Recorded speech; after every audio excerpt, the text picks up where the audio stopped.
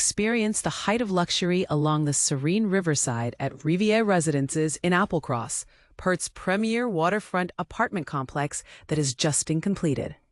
Nestled along the banks of the river, these opulent apartments offer breathtaking views and state-of-the-art amenities designed for comfort and elegance.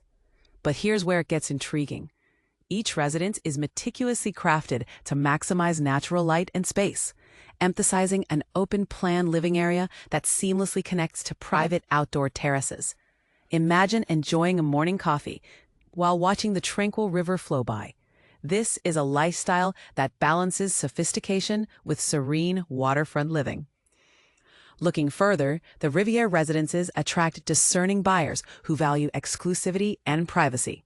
The development's location is not just about the views, it's also within close proximity to top-notch amenities, dining options, and vibrant cultural hubs that define modern city living. And this is the part that often goes unnoticed. Such waterfront projects raise important discussions about urban development and environmental sustainability. While it's vital to create luxurious, high-demand living spaces, developers must also consider their ecological footprint and how such projects impact local ecosystems. What do you think? Can we strike a balance between lavish living and preserving our natural habitats?